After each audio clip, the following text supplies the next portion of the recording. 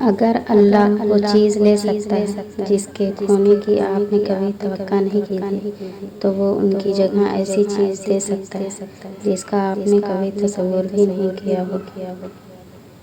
سچے انسان کے لیے جھوٹ میں کوئی اچھا مقصد ہو سکتا ہے، لیکن جھوٹے انسان کا سچ صرف آگ لگانے کے لیے ہوتا ہے۔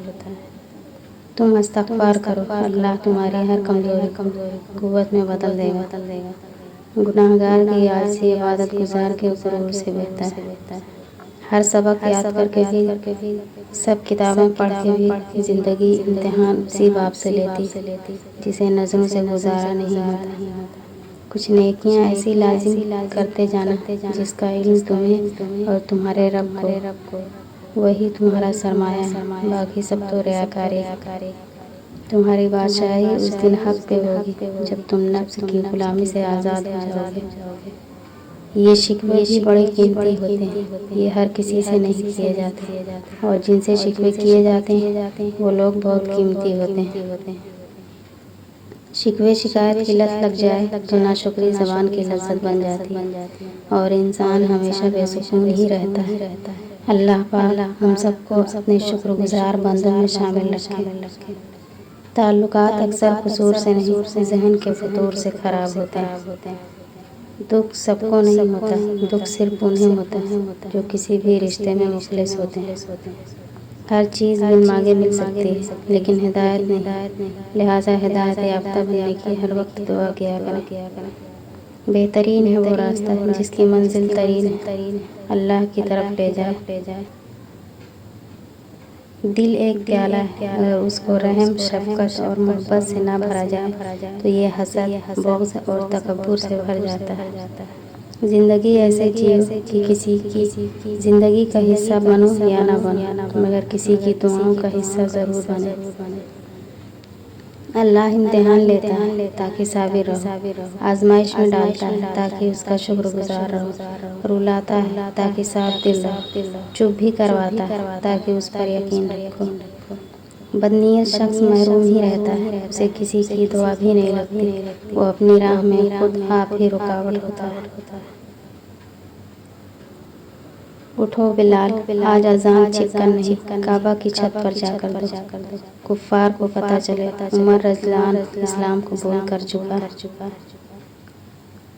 نام خدا کا لے کر وہ جاتے ہیں جو لوگ منزل کے پاس، وہ نہیں منزل ان کے پاس جاتی ہے۔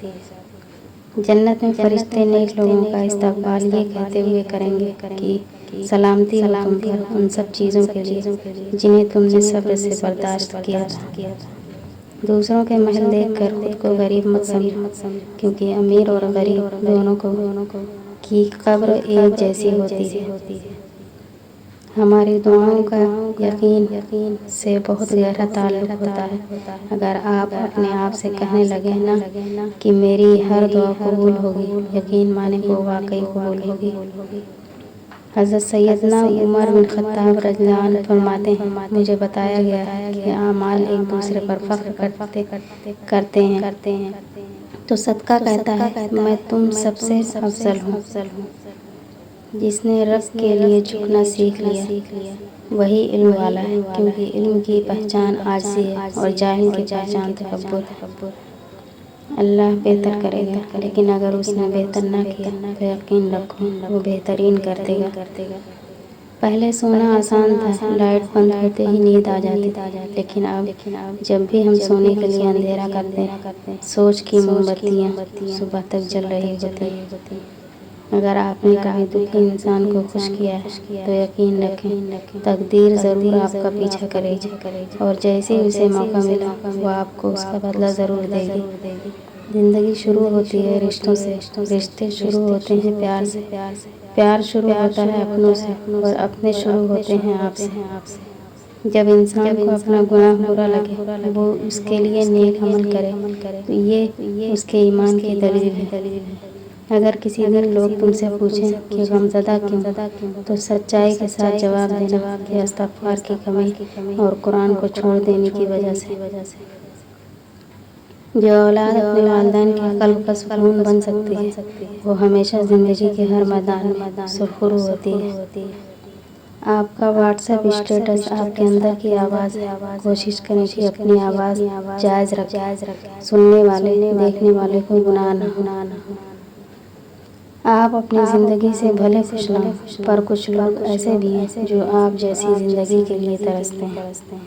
بعض اوقات مجھے واضح سمجھ آتی ہے کہ اللہ تعالیٰ میری پکار سنتا ہے اور کسی نہ کسی وسیلے سے مجھے جواب بھی دیتا ہے۔ میں اپنے رب کی نگاہ میں یہ احساس بہت ہی کمال ہے۔ ٹینشن، بے چینی اور ڈپریشن تب ہوتے ہیں جب ہم دوسروں کو خوش کرنے میں اپنی زندگی گزار رہے ہوتے ہیں۔ جنت میں فرشتے نیک لوگوں کا استقبال یہ کہتے ہوئے کریں گے کہ سلامتی ہو تم پر ان سب چیزوں کے لیے جنہیں تم نے صبر سے برداشت کیا۔ غلط سے غلط انسان کے لیے اصلاح کا واحد راستہ محبت ہے۔ تنقید اور تلخی چاہے کتنی ہی حق پر کیوں نہ ہو، وہ انسان کی اصلاح کے لیے کارگر ثابت نہیں ہوتی۔ اگر دنیا فتح کرنا چاہتے ہو تو آواز میں نرمی پیدا کرو، کیونکہ اس کا اثر تلوار سے بھی زیادہ ہے۔ آپ کا راز آپ کا خون ہے، اس کے دوڑنے کی جگہ صرف آپ کی رگیں ہونی چاہیے۔ یا الہی، جن ہاتھوں نے مجھے جوان کرنے میں اپنا شباب کھویا ہے، ان ہاتھوں کو ہمیشہ سلامت رکھ۔ رب ارحمہما کما ربیانی صغیرا۔ رزق کے پیچھے اپنا ایمان خراب مت کرو، کیونکہ روزی انسان کو ایسے تلاش کرتی ہے جیسے مرنے والے کو موت۔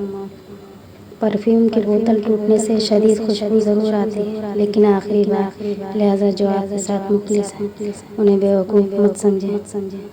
زخم کھا کر بھی مسکرانا اور ناخوش ہوتے ہوئے بھی خوش رہنا، دراصل یہی ہماری اصل طاقت ہوتی ہے۔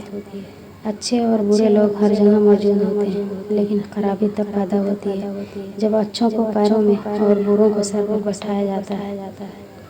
اے غفور الرحیم، تمام مرحومین کی مغفرت فرما، تمام بیماروں کو شفا عطا فرما، تمام بے روزگاروں کو روزگار عطا فرما، رزق میں برکت اور کشادگی عطا فرما، حسد، بغض، کینہ اور بدنظری سے محفوظ رکھنا۔ یا اللہ پاک، اپنی نعمتوں پر شکر ادا کرنے کی توفیق عطا فرما۔ آمین ثم آمین۔